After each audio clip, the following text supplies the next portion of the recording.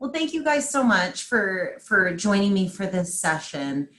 So what we're going to be talking about, my work is really situated within what I call disrupting the school to prison pipeline. And I really find my kind of drive and mission to be around bringing others into the world of being disruptors. And there are many ways in which we disrupt this negative trajectory that is set forth for many of our students, specifically our students of color, students with disabilities, students living in poverty, students struggling academically. And so there are many ways in which this can be disrupted.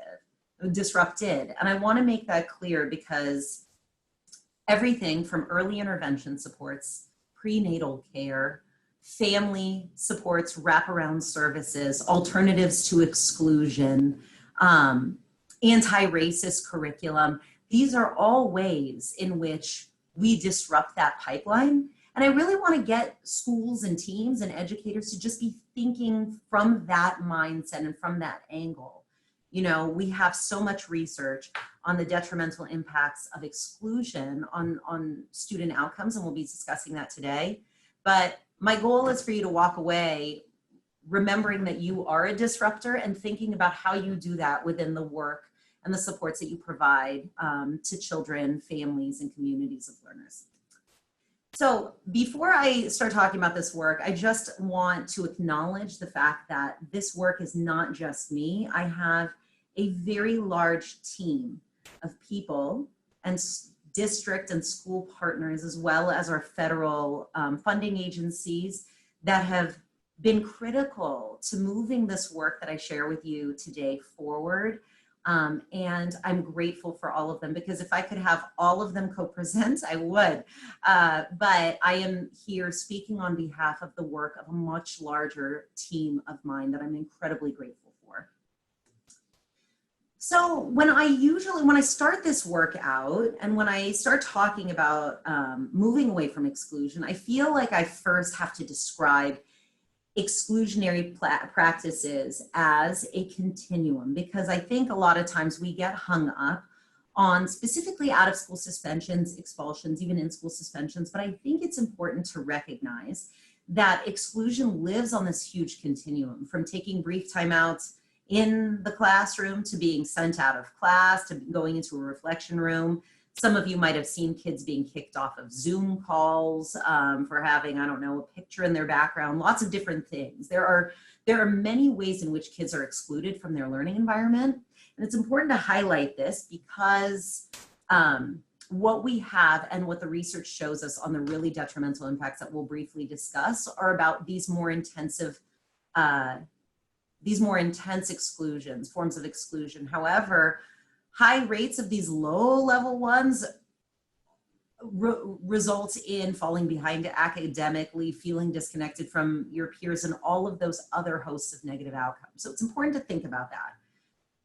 Also, we know that students miss, when they're not in class or when they're excluded from the learning environment, a great deal of academic instructional time, but they also miss a ton of social skill building time. And I feel like when I'm in conversations with people, we don't highlight this enough, that the classroom is where we spend the majority of our time, K through 12. And it's in the classroom that we learn how to work with others, how to take turns speaking, how to receive performance feedback, how to ask for help, like critical social skills that will serve us for the rest of our lives. We learn them in the classroom. We learn them by being a part of this larger learning community of other individuals learning how to do this too. And so if you're not in there, the likelihood that your alternatives are positive is very, very low. We also know that harsh and disproportionate discipline in schools for non-threatening behaviors, and I say non-threatening behaviors because when we look at national data, students are not, the majority of students are not being suspended from school for, threatening to harm people, but for low-level, oftentimes subjective behaviors, the 3 Ds: disrespect, defiance, and disruption. And we know that disproportionate discipline is unequivocally linked to school failure, dropout, substance abuse, and incarceration.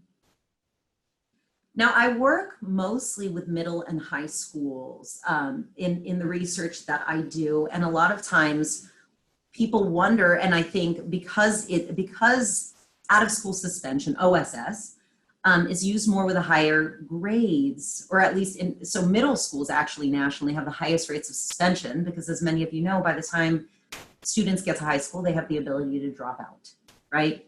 But that a single out of school suspension, just one in 9th grade, is associated with a 50% increase in dropping out of school and a 19% decrease in enrolling in any post-secondary education. So this is vocational school, this is community college, 4-year college. And we know that behavior, when I was speaking earlier about, you know, that PBIS, that the dirty little secret about PBIS is about changing adult behavior, because that impacts kids' behavior, is that receiving an out of school suspension, which oftentimes is an indicator that you're bad, you're troublesome, you did something wrong, and you don't belong here for this period of time, it leads to further what they call antisocial behavior. Like there is a ripple effect, because we know that behavior is contextual and it's context specific, right? We have students that will work incredibly hard for you and are happy to do nothing for another teacher. And the reason for that is because, first, about relationships. They probably have a more positive relationship with you than they do with that other teacher, but about the fact that we play into the expectations that people set forth for us. So if people think we are top of the class, we are high achievers, we work hard, we come from a great family, we play into those beliefs and our behavior changes. If people make us feel like we don't belong, like we're no good, like we're constantly a problem, chances are that we play into that as well. Right? Our behavior changes based on who we are around and what they expect from us. And the thing about what we see from the research is that the impact of exclusion on student outcomes is not just experienced by the students who actually get kicked out of school. That schools with high rates of out of school suspension across the country have lower school-wide achievement and lower perceptions of school safety by the student body as a whole, specifically the students who have never been kicked out. Okay, so think about that for a minute. Schools with high rates of out of school suspension have lower rates of student achievement among students who have never been kicked out, which for many of you who have worked in schools for a period of time, you have seen what schools look like when they have high rates of exclusion. There's typically not a lot of preventative practices. There's not a lot of positive supports. Kids are dinged a lot, and the one tool in the toolbox is to kick them out. And so it creates an environment where students don't feel safe, regardless of whether or not they've been kicked out themselves. We also know that exclusion is most frequently used with students of color, students with disabilities, and students living in poverty and struggling academically. And when we talked about intersectionality earlier, looking at Washington's data, here is where we see it nationally. That 18% of students with disabilities were suspended in the 2015 US data reports that come out from the Office of Civil Rights. However, 1 in 5 districts in the country suspended over 50% of its male Black students with disabilities, right? The intersection there of race and disability, that these students are more vulnerable to receiving that disproportionate and harsh discipline. The students who need to be in school the most are the students who are getting kicked out the most, and that's a problem. And I think lastly, I just want to highlight, especially as educators, the thing that drives me crazy about exclusionary discipline is that it's ineffective for changing student behavior. Why? Because oftentimes it leads to this coercive cycle where a student may have engaged in behavior that the teacher did not like, and they kick them out of class. And the student may not have been behind academically, but now they're missing time in class. And now they go back to class, they're behind academically, they're trying to catch up, there's more problems, they feel frustrated, they act out, they get kicked out again, they miss more time, and it creates this coercive cycle. And the problem is that you can't punish skills into a kid. This is not how students learn behavior, appropriate behavior. We don't just keep hammering it until one day, poof, they've gotten it. And I think the struggle that we've often had is that we treat academic development and behavior development as two separate things that function differently, when really they are one and the same. The way in which we learn skills, academically or behaviorally, is for someone to teach us the skill, to model the skill, to practice the skill with us, and to provide performance feedback, to reinforce us when we're doing it right, to correct and help us do it right again, to partner us with somebody else who's on task, to help us through it.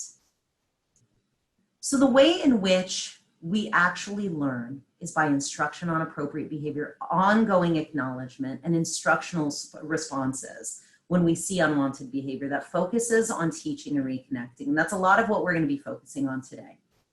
So what I'm going to be sharing with you is our model for ISLA. So we've changed the name. It actually stands now for the Inclusive Skill Building Learning Approach. It used to stand for the Instructional Suspension Learning Alternative. I just wanted to remove suspension out of the name, but I'm not good with acronyms. And so in Arabic, ISLA means to restore. So I found words to make the acronym fit. If you have suggestions for better names, feel free to share, but this is what we've been developing for a number of years now. And so when we talk about moving away from exclusion, we have multi-components, and I'm going to do my best. I know we can't learn a whole model in an hour, but I'm going to do my best to really highlight especially the preventative pieces that reduce the likelihood that kids would be kicked out of class to begin with. And then I will also highlight the supports they receive when they are sent out to get them back to class faster and with skills. And it involves classroom components around prevention. It involves restorative and instructional components, as well as a team. Like we talked about earlier, the team drives this work, overseeing it and making sure that the work we're doing on behalf of students is actually resulting in the outcomes that we want. So a little bit about the model that I'll be describing today. We really start with this preventative classroom practices. And as you see from the blue, these continue throughout the different levels of support that we provide.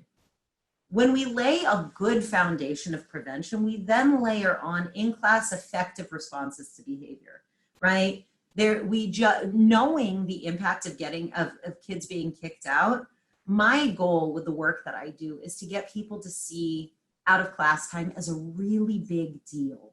It's a really big deal, and therefore should only be reserved for when students actually need additional support that they cannot get in class from their teacher and from their peers. And so we really spend a lot of time working on in-class effective, easy responses to common behaviors. We then layer on systematic supports that are provided to students in the event that they are sent out of class, but then a process for resolution, reconnection, and getting students back to class, and layering on additional tier 2 or tier 3 supports when needed. Because one thing I want you to walk away with understanding, especially from ISLA, is that I look at this as tier 1 plus. We really start with universal supports and then layer on additional strategies, but there is always the room to intensify, that this is not a fix-all. If anybody tells you that they have anything that's a fix-all, they are wrong. So let us start with our preventative classroom practices. So I shared this quote earlier, and what I want us to do in our breakout room, we're gonna have a little discussion right after this, is I want us to think about what resonated with you about this quote. You know, what other thoughts do you have about this quote? I've come to the frightening conclusion that I am the decisive element in the classroom. It's my personal approach that creates the climate. It's my daily mood that makes the weather. As a teacher, I possess a tremendous power to make a child's life miserable or joyous. I can be a tool of torture or an instrument of inspiration. I can humiliate or humor, hurt or heal. In all situations, it is my response that decides whether a crisis will be escalated or de-escalated, and a child humanized or dehumanized. One of the biggest things that we do, and as you guys know is critical in schools, is really laying a foundation for relationship building. And what we know is that sometimes some, you know, as I touched on earlier, some kids have really great relationships with a lot of people in their school building, and some kids have no relationships with anybody. And so what we've really tried to do in our work with schools is develop universal relationship building strategies. And from the ISLA project, the thing that we really spent a lot of time working with school teams and staff on is what we call our WOW strategy. So it's 3 components. And what we're going to do, we're going to briefly talk about each component. And then I have an activity that we're going to build together related to each of these components and what they look like in your environment, kind of pre and post-COVID is not, that's misleading. So, but you know what I mean. Life prior to March and then now for the foreseeable, who knows how long. So the first part is welcoming students at the door. The second is owning your environment. And the last is wrapping up class with intention. There was a question that had come in about like teaching through disruptive environments. And when I talk about these preventative strategies, it is about setting your class up for success to reduce the likelihood of a disruptive classroom environment where you feel it's unmanageable. And the way that we do that is through a lot of prevention and being very, very planful and thoughtful about how we own that environment. Just like the example I gave with Susie earlier, tackling those issues before they ever happen by setting a kid up for success, okay? So first, let's talk about welcoming students at the door because this is so underrated. So from this Cook study, they found that in middle schools that when teachers welcome students by name at the door, engagement increased by 20% and disruptive behavior decreased by 9%. This is a no-cost strategy that is the easiest thing to implement when you are in person, right? But like people had shared, there are strategies for doing this online, and we'll talk through some of those too. So what does it do? It sets a positive tone. It promotes a sense of belonging. It builds trust, and it doesn't cost any time, any money, or any prep, right? And we've seen examples, and you can, I mean, I've seen video examples. There are picture examples all over the internet of all of these amazing things that teachers do from K through 12 when it comes to welcoming students at the door. Because I spend so much time in secondaries, I try really hard to like make sure I bring elementary school kids in because I am sure many of you support elementary schools and they shall not be left out because it means so much to them. So this is one teacher here locally, my research assistant, that's actually the back of her daughter's head and her teacher, and a poster that she has where kids slap the picture that they want, whether a smile and a hello, a pinky shake, a hug, a fist bump. The kids get to select how they want to be greeted in the morning. The teacher stands there and does it. Here's also an example of a high school teacher in another district who would make peanut butter sandwiches for his kids for coming into science class like every Friday, right? So it doesn't need to be something that it can look many different ways. And the important thing is that when we do this in person, that it's not just about saying hello, but when I talk about being intentional, it is about saying your student's name.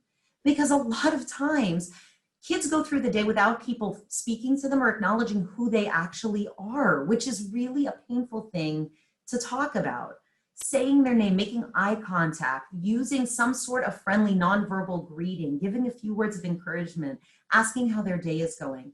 I also think of this as one of the first steps of prevention, because when you have your eyes on your student and they're coming through the door, you can see very clearly if they've had a horrible morning or if something happened during lunch right before they're entering your period. You see it in their face, and you know that energy is going to be brought into your classroom. So it gives teachers this one more opportunity to say, hey, Sophia, how are you doing? Is everything okay? It looks like you're upset about something. Do you want to talk? It gives you another checkpoint for your students, especially when we have very, very large class sizes. And there are many ways in which we see people doing it. So I like to do, and one of the things that you can consider doing with your staff or the people that you work with are these yeah, but. Like, so I can't stand at the door and greet every single student.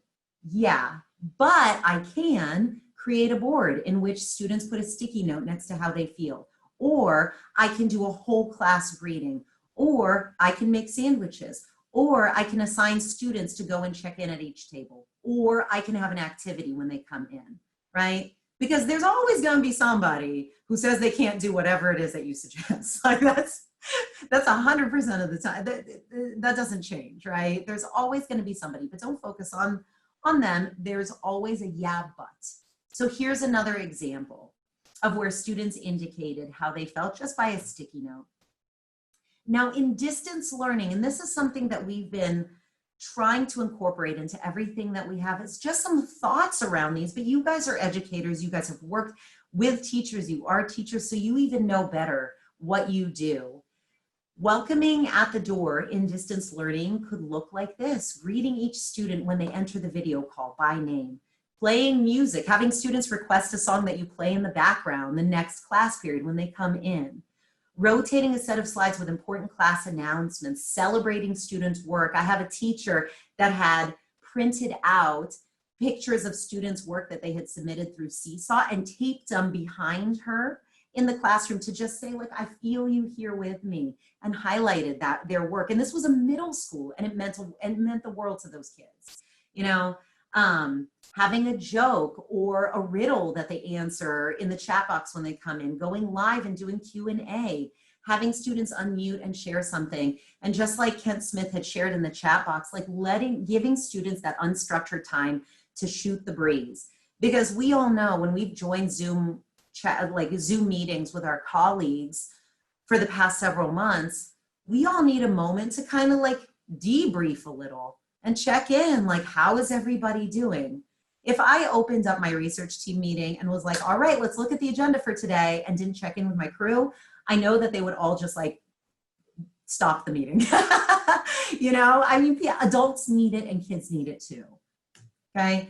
There are also these cool things that we're finding online, and this had come up, like, without being able to touch kids, high five them, what are some other strategies for greeting kids in a social distancing manner if you are in a building that is returning to in-person?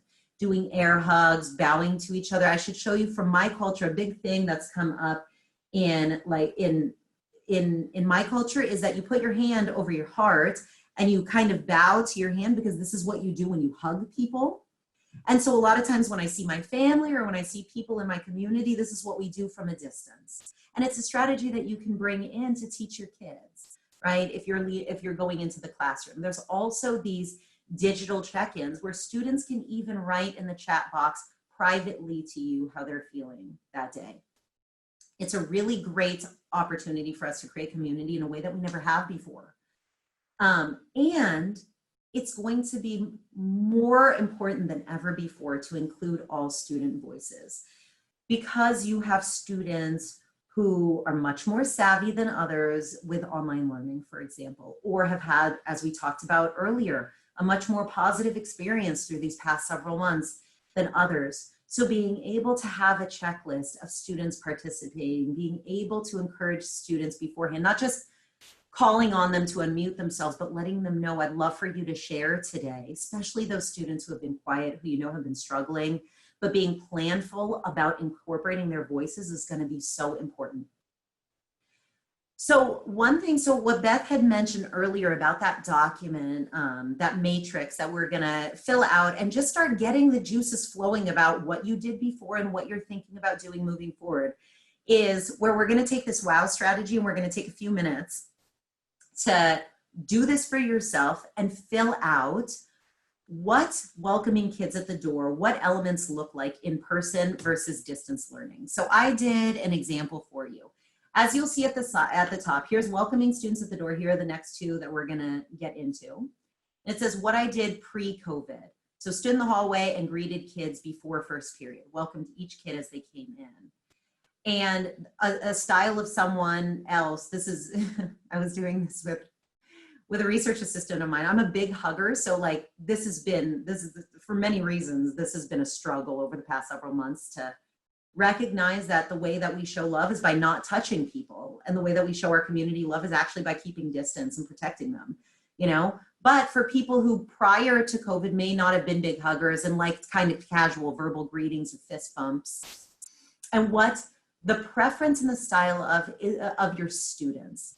So if your students, if you work in an elementary school and you remember last year, like your kids were big huggers, or they need a little warmth, or they just love high fives, like considering that, I want you to really kind of think about what I can do remotely or with social distance to incorporate welcoming students at the door. And this might be things that you tried in the spring that worked well that you might want to add on to. And then what I need to do to make this happen. So my research assistant was saying, like, having a list of student names printed out to check off as she greets them online, to circle who has participated. So I want you guys to take a few minutes right now. You're not in breakout sessions, but go ahead. Hopefully you have this document and jot some notes down for yourself.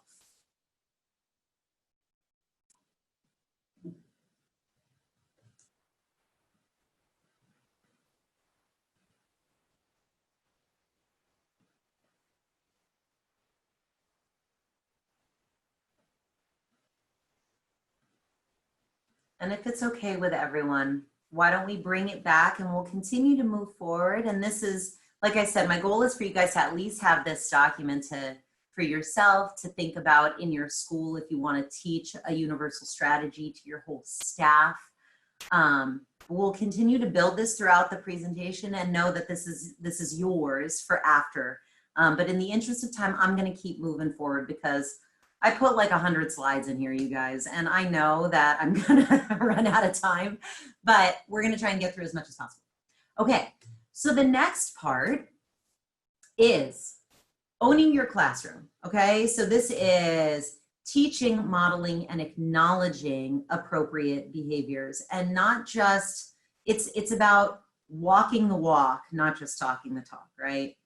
This is so much bigger, just like greeting students at the door, something that we undervalue, and yet it is the most critical component of education and creating positive learning environments, is really owning that environment and setting the tone that you want for how kids interact with one another, how they interact with yourself, with you, and how you behave, right?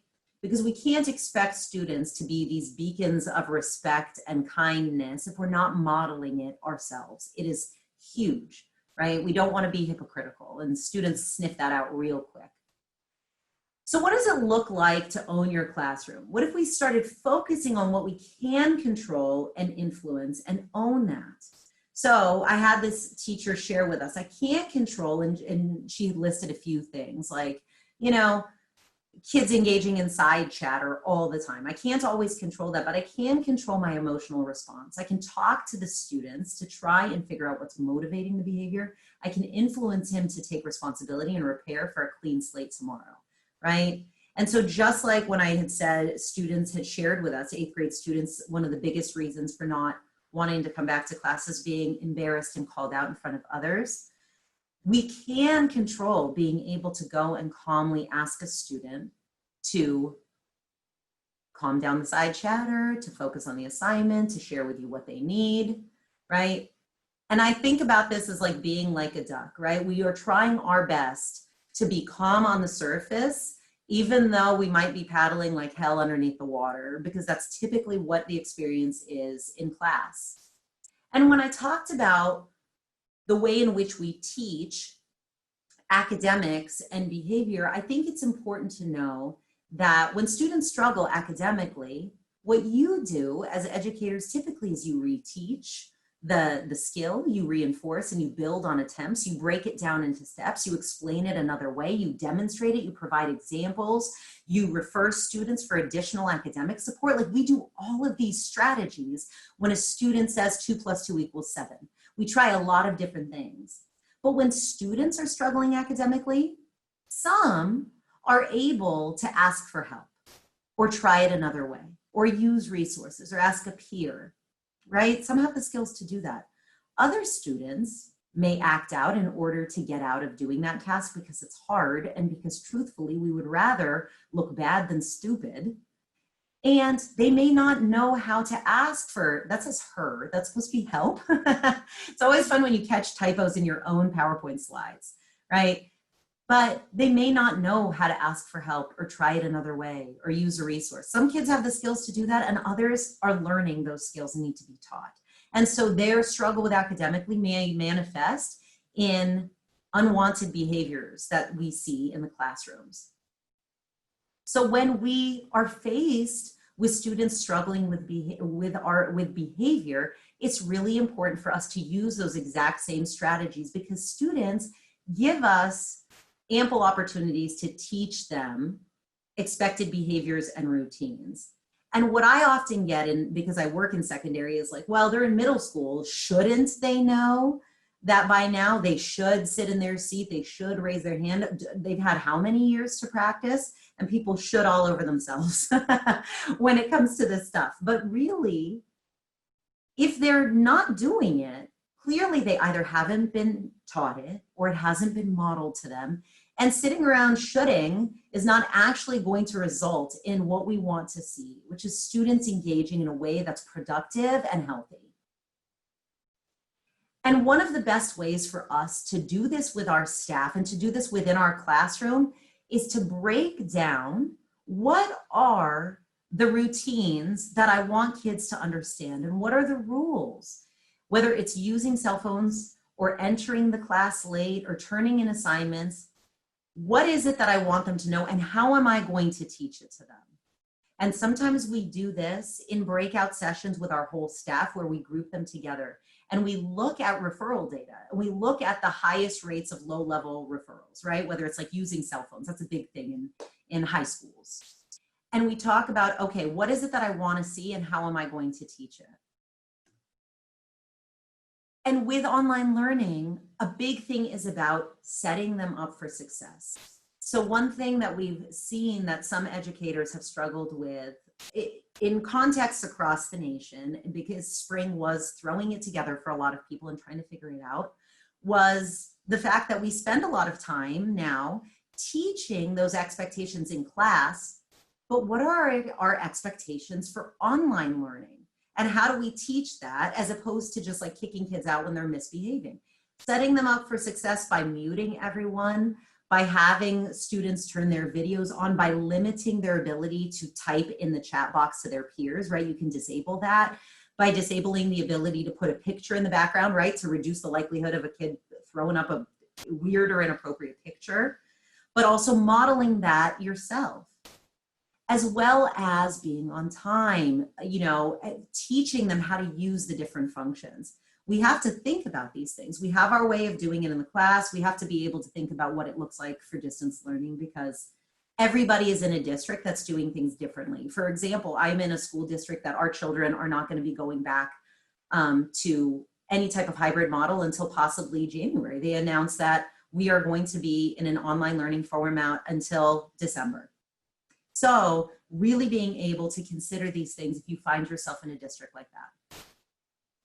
Modeling is the best way in which we can teach the things that we want to see. Kids are looking up to their teachers, and we know this. We talk about it, but they're watching everything we're doing.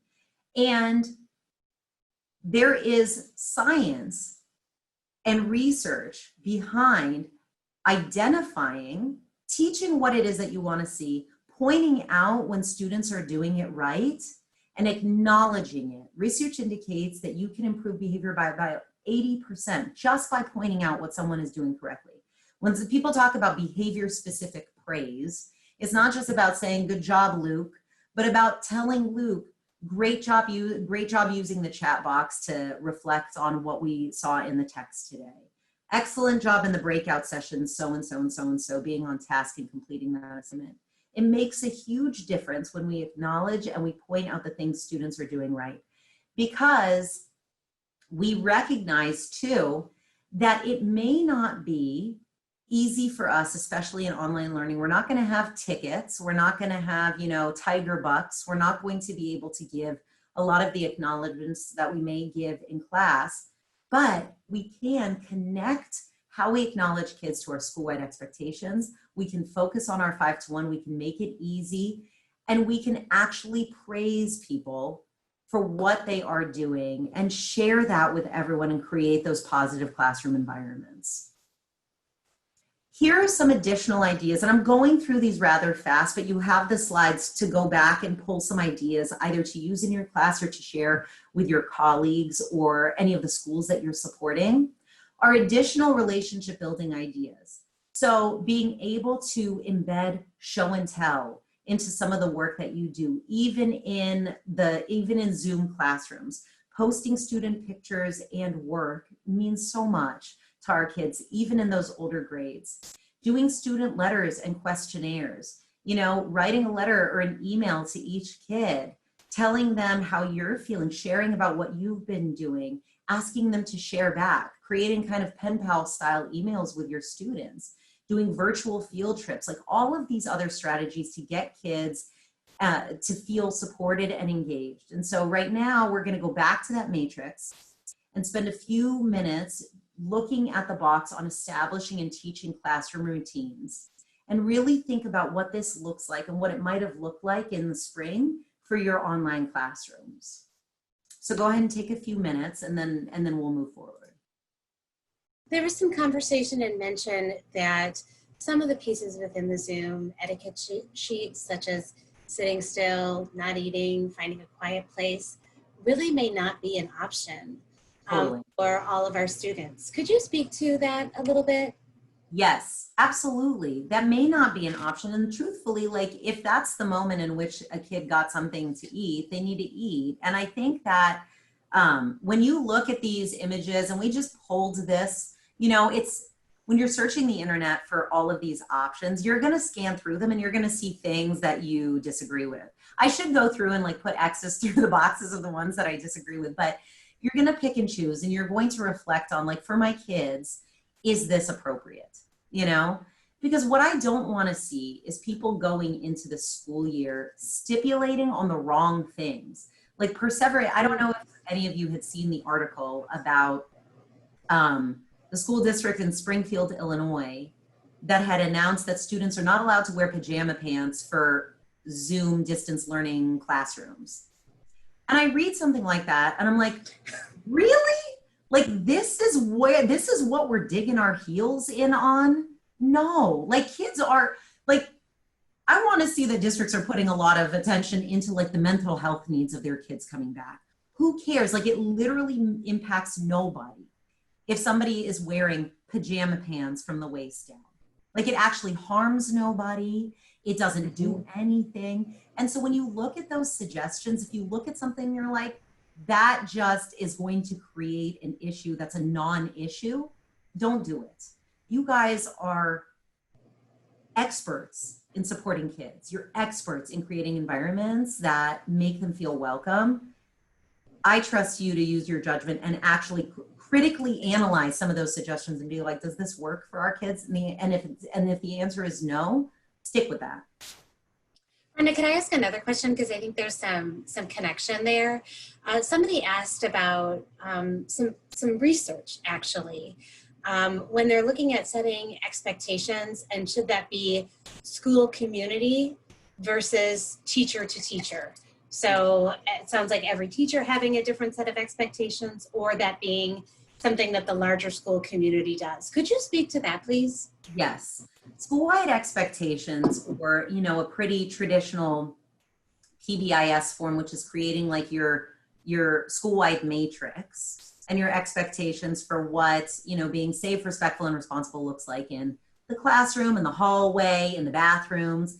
That's typically an activity that your school-wide team, your PBIS team, your PRIDE team, whatever you call it, takes on with input from their colleagues. The school-wide matrix is not often, in my opinion, and from what I have seen, not always reflective of the culture and the communities of the students within your classrooms. And so we look to our teachers to connect their classroom expectations to the school-wide expectations, make the connection, but make it special and while recognizing the community and the families that you are serving within your classroom. I do, and I see teams making more of a concerted effort to connect their school-wide expectations to community and family expectations in the communities in which they serve. And that is really, really important, because sometimes You read these matrices and you're like, who is this for? Like, this is not for the community in which we serve. It doesn't fit fit what the needs are here. And one thing that I've seen people struggle with is that they don't treat their school-wide expectations like the school's constitution, where it applies to not just kids, it applies to adults too. So if you have a no hat policy and you see teachers wearing beanies, you're sending a conflicting message. Like, it should be expectations that everyone agrees on. These are things that apply to adults and to kids. And that we bring those elements of culture, hopefully in the school-wide matrix and our school-wide expectations, but specifically within your classroom, and acknowledging what you need and how you want to support the community of learners in front of you. Okay, thank you. Well, let's get back to your content then, okay? Oh, yeah, no problem at all. A big thing, so our next part that we're going to go into is wrapping up class with intention.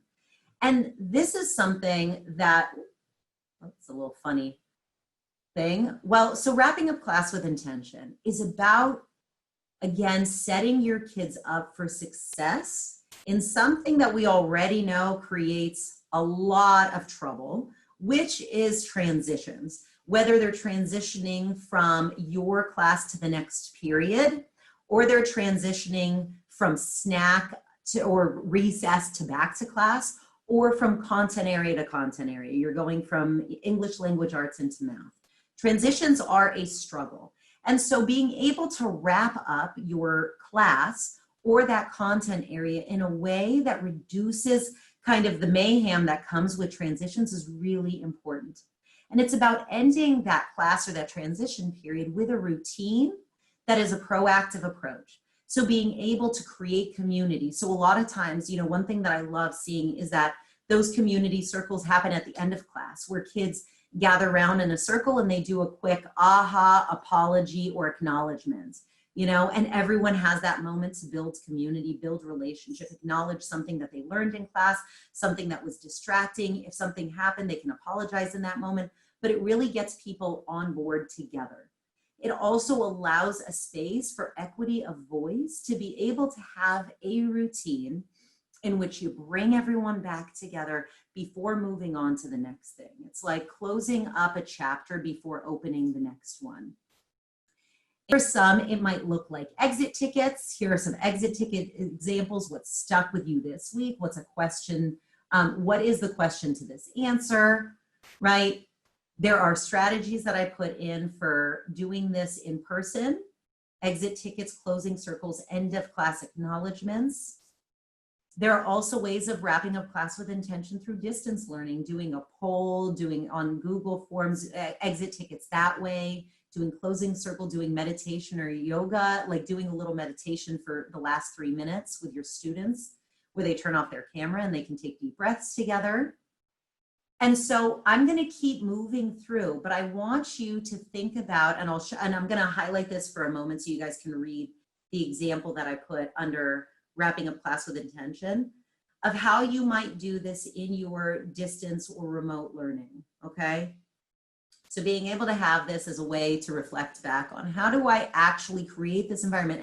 And I know these things are not rocket science, welcoming students, owning your environment, wrapping up class with intention, but these are thoughtful tactics that when taken together, reduce the likelihood of having a disruptive classroom environment, because you're setting up kids for success, you're setting the intention for how we behave in that classroom environment, as far as the values too, of how we interact with each other, support each other by doing these things.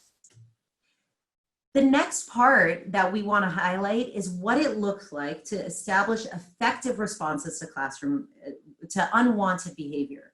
And when I say effective, I mean that these are responses that reduce the likelihood that an unwanted behavior is going to happen again. They reduce the likelihood. So kicking a kid out of class doesn't reduce the likelihood that an unwanted behavior is going to happen again, because it doesn't teach anything, and oftentimes it may escalate issues.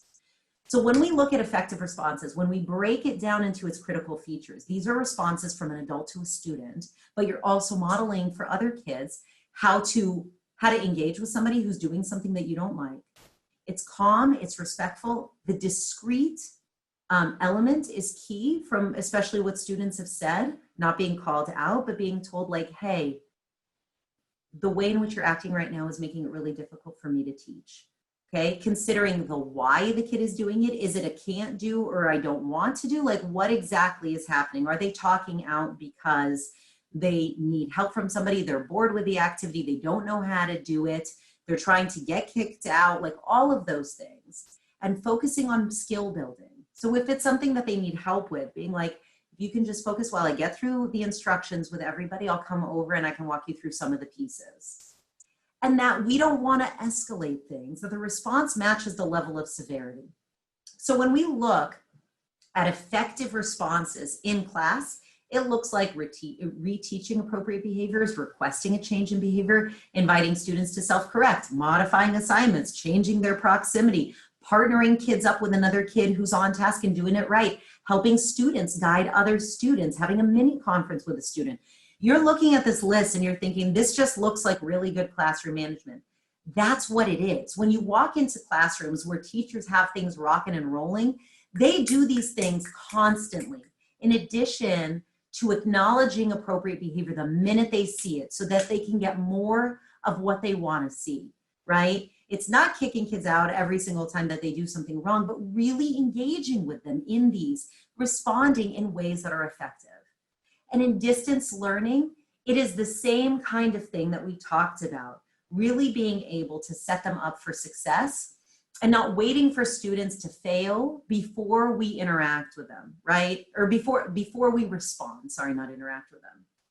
As a team, what it typically looks like is breaking student behavior down into what is staff managed or classroom managed versus what is office managed. And this is kind of another one of those foundational classic PBIS strategies, where we want to clarify the difference between what we want our teachers to support and address in class versus what are the really big deals that are worthy of asking somebody in the office to help. Because again, like we said, we're trying to get people to see kicking kids out as a really big deal. And the thing that I liked from this school that they did is they listed some of the classroom behaviors that they want teachers to address. And then they listed what they actually do. So if these things happen, use these strategies. And did the behavior change? If it did, yes, reinforce it immediately. Another reason to do this activity is to gain that consistency and predictability, because inconsistency breeds disproportionality. When you have one teacher kicking kids out for, being tardy, which is the most asinine response to a kid missing class is to miss more class, but we see it all the time, versus other teachers that welcome the kid in and then have a structure where they either get have a peer that catches them up on what they missed, or they meet with you after class or during lunch to get caught up on what they missed. If you have inconsistent responses across classrooms, it breeds that disproportionality across our students. And Beth, if there are questions, please, I'm not looking at the chat box, but feel free to interrupt me. I just want to get through a few of these just to share with you also other opportunities. Cool, thank you. I figured that's what you were doing. We'll get to it. Yes. So, those, like I said, that flow chart or being able to clarify those two things are typically created by your team and then are initially implemented usually with really good success, and then that fades over time because just like our students, we need refreshers. So really thinking about how you return to these regularly, to update your staff, to check in with how things are going. One school I pulled this out, have staff engage in a conversation around this, and they put examples up through a Kahoot game that they do with staff. A thing that we do with our ISLA schools is what we call the big deal-o-meter, where we have staff work through what are things that are low level and should be addressed in class, what are things that are catastrophic and need somebody in the office to help with. And here's an example from that's Jeff Fuller. He was a principal at one of our schools. He led his staff through doing this, and those little slips of paper, he printed out examples of behaviors that got kids kicked out of class. during the prior school year. And the staff went up and put things on where they thought were low level. And as you can just see by the cluster here, it was remarkable the number of behaviors that people classified as really low level things that should be addressed in class that were resulting in kids getting kicked out. So being able to engage your staff in these, in thinking about these critically, to move away from exclusion for low level things is really important. We had another breakout session, but what I'd like to do in the last 5 minutes is to kind of share with you some of the supports that we provide in the office. And I know we are jumping, so what we are jumping from is from all of our preventative stuff. Another part is systematizing breaks. So what an in-class break looks like, where students request it, where they need a moment to de-escalate, where they need a moment to focus and then reconnect with teaching, versus an out-of-class break, which we've seen used and abused time and time again, how we move away from that and actually systematize it and use it in a way that can lead to actual appropriate supports for kids. These are all in the PowerPoint slides, but I'm gonna breeze through these because I want you to know those are in there, as well as examples of teaching routines around that. So what I had just covered is really the preventative, the classroom stuff. And now let me share with you a little bit about what our out-of-class ISLA supports look like. So imagine in the event that a student has engaged in behavior that the teacher feels is too much to address in the class. They have tried their good prevention, they have invested in the relationship, they have used those effective responses, they have even used a break system, and now they're saying this is too much, I need support, and this kid needs support. What does it look like? Well, the goal is that for any student that is sent out, we first want to make sure that those preventative systems are happening in class, so fewer kids are being kicked out.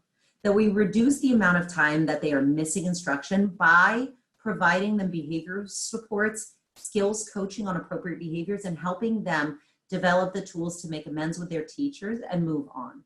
And the way that it looks like in ISLA is by starting with a debrief, which I'll show you quickly, then building on skills coaching, practicing that re-entry, and supporting them through what we call a reconnection conversation. This flow chart is in the PowerPoint slides, and again, I'm flying through this, but let me share with you. When students are sent to the office, what we have developed is this triage process, where if a student is sent out, they come to the office and the person says, the first question of the triage is the behavior a safety concern? If yes, then that is a student who needs to meet with an administrator who will then guide them through the ISLA supports, right? Not just, okay, they're going to an administrator to get suspended, but that they have somebody else who also has the ability to connect with parents, to work on behavior contracts, to connect with tier 2 and tier 3 referrals and supports, right? Versus what we have done with developing the skills of our paraprofessionals and our educational assistants on actually providing these ISLA supports. They go through a series of questions to really understand what happened from the student's perspective. Why do they think this issue happened in the classroom? What did they need in that moment? What is something that they can do moving forward to request or build up the skills to be able to get what they need in a productive way? And then we lead into skills coaching. So basically, the debrief gets students to work with an adult, and they don't answer, these are not think sheets where kids sit in the corner and fill these things out. I'm showing them to you as questions, but this is something that they do with an adult, where they are getting to what is it that I needed and what would have been a better way of getting that? Or what could I ask the teacher to do in these instances if it ever happens again? And that leads into skills coaching, where we do exactly what we had talked about, where we teach the skill, we practice it, we model it, we provide performance feedback. And then they work through what it looks like to reconnect. And we do reconnections in 2 ways. One is in person. They are supported with having this brief conversation with their teacher. And the other is a card that goes into their teacher's mailbox. And what it looks like is being able to work through understanding what they learned, how they're going to make things better, what they're going to do to prevent these issues from happening in the future, and what supports they need from the adults, the teachers, to help them be successful. We've also added in these options in the last part that says something else I want you to know about me, what I'm really good at, what's really hard for me, what's going on in my life. And then the last thing is something I need you to know about me from a cultural perspective, traditions, beliefs, things that are either helping or hindering the student, the teacher's ability to connect with the student. We use this as another method of getting students and teachers to reconnect. And I want to make clear, because I'm breezing through this, that this says, I just wrote a referral 5 minutes ago. Why is he back in my class with a teddy bear and a Starburst? That is not at all what we're doing. What we're trying to do, and what we've been effective at doing, is building students' skills to help them get back to the class and help teach adults and kids the critical life skill of making amends and moving on. And I know, Rhonda, some questions that have come in. And I've kind of taken them out of the chat and put them in a different sheet for myself. One that came in a while ago, and I'm going to read it to you as I got it, is what are non-exclusion techniques used for behavior that are more severe than the 3 Ds? For example, physical violence, verbal aggression. Are there any unique strategies for students that act out, and that is in quotes, on this end of spectrum of behaviors that limit exclusion? Did you get all that? That was a lot there.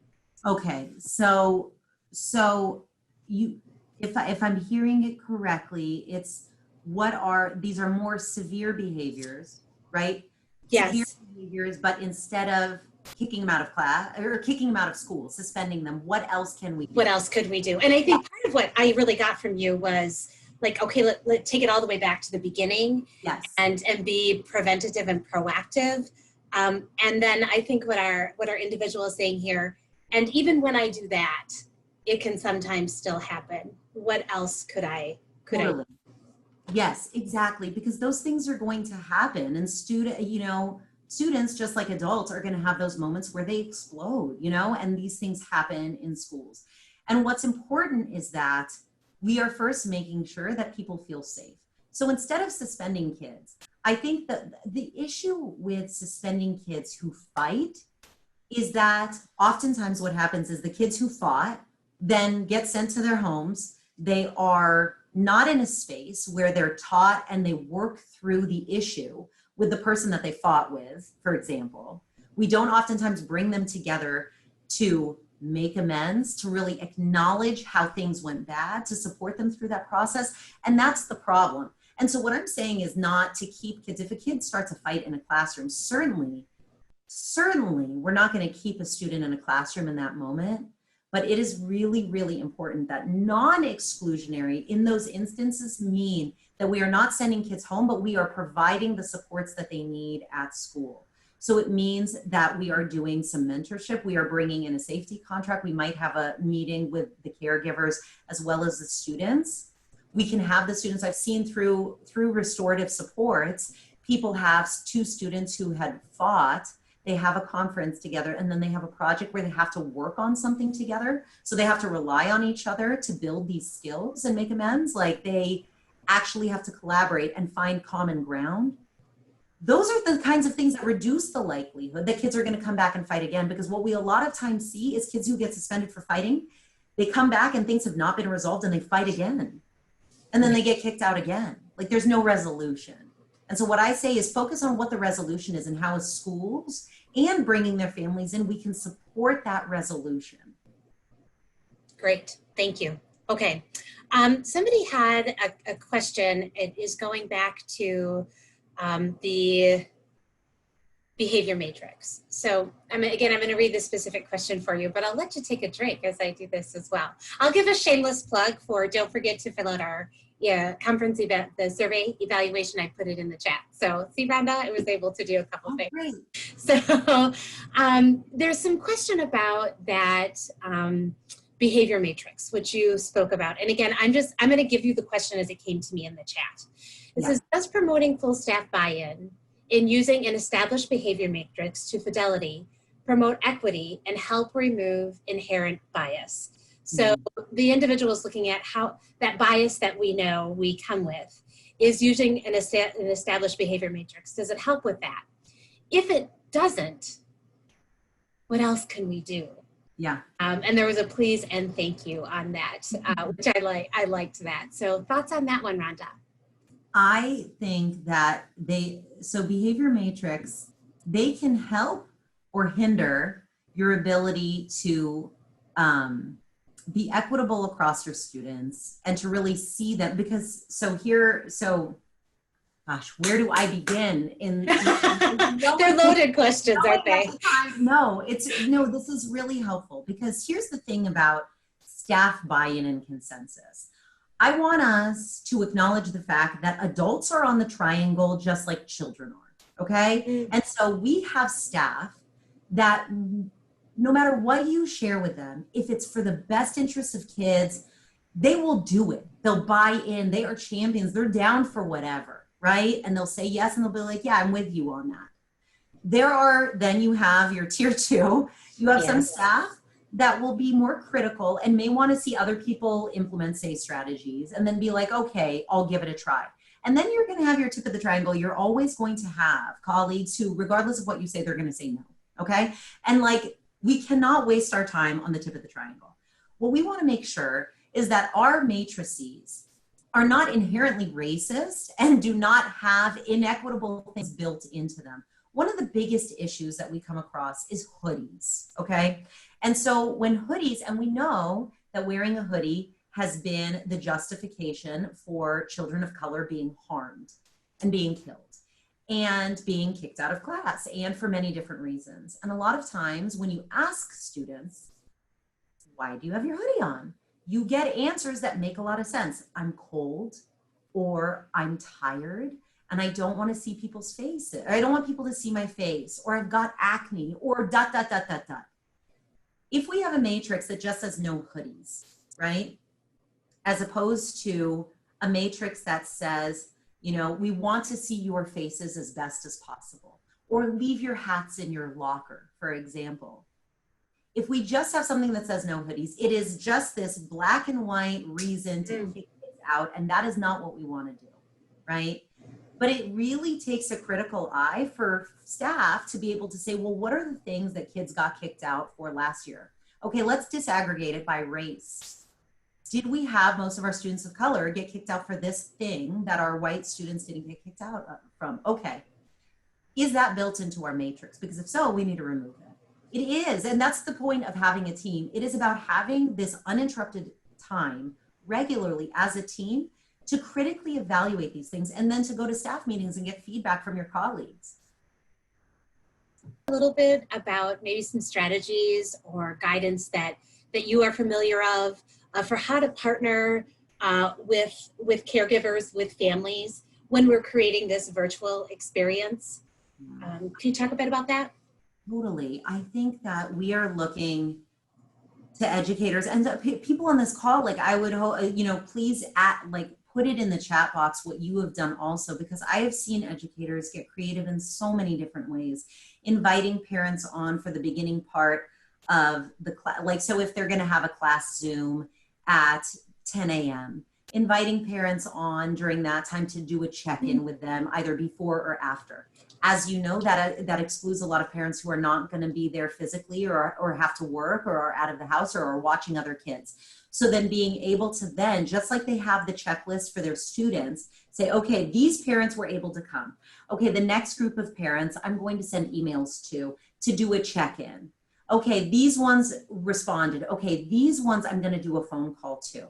Okay, they responded. Okay, these ones I haven't heard from. I'm kind of concerned about the family. I'm going to see if I can do a home visit where I drive by and I park outside and we can do a distance check-in. Okay, I cross them off. And then I have educators who did that with parents' workplaces. I mean, educators are like the people with the biggest hearts, and they are looking at ways to reach out and connect with families. And what I saw in the spring was them doing anything they could, because I don't know about your district or other people's district, but we had really low participation with online learning for a lot of our kids, because they had these fundamental barriers, and we provided internet access, like the district went through all of those levels to be able to get kids tablets, to get them internet access in their home, all of these things.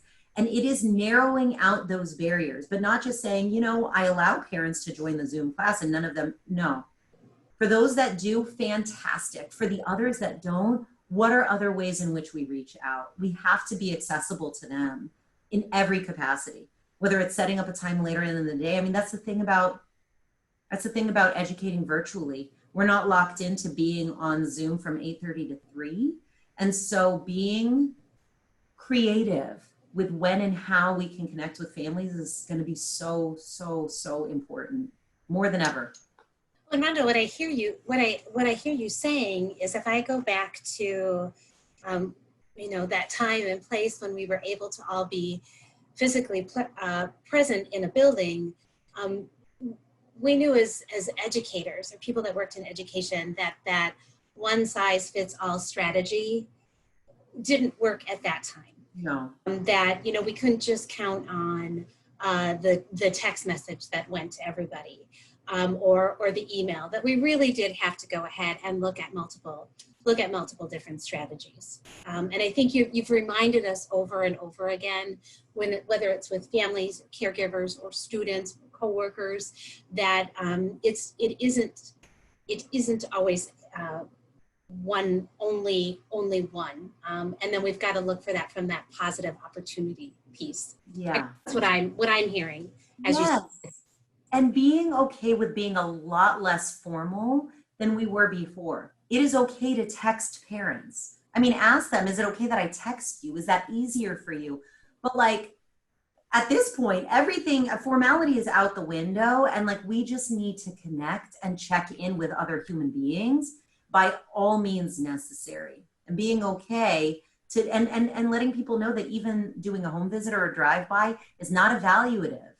It's not, I'm going to call DHS. It's not that, because that kind of stuff is very scary and has been very, very traumatic for many communities. But this is me coming to just see you guys and say hi, you know, and make it easier for you to just step outside your front door and just chat for a minute.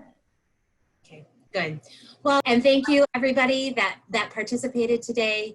Have a fabulous remainder of the conference, and we look forward to what will be perhaps one of our most amazing school years ever, as we think about how we support all of our kids with what they need. And remember, take care of yourself.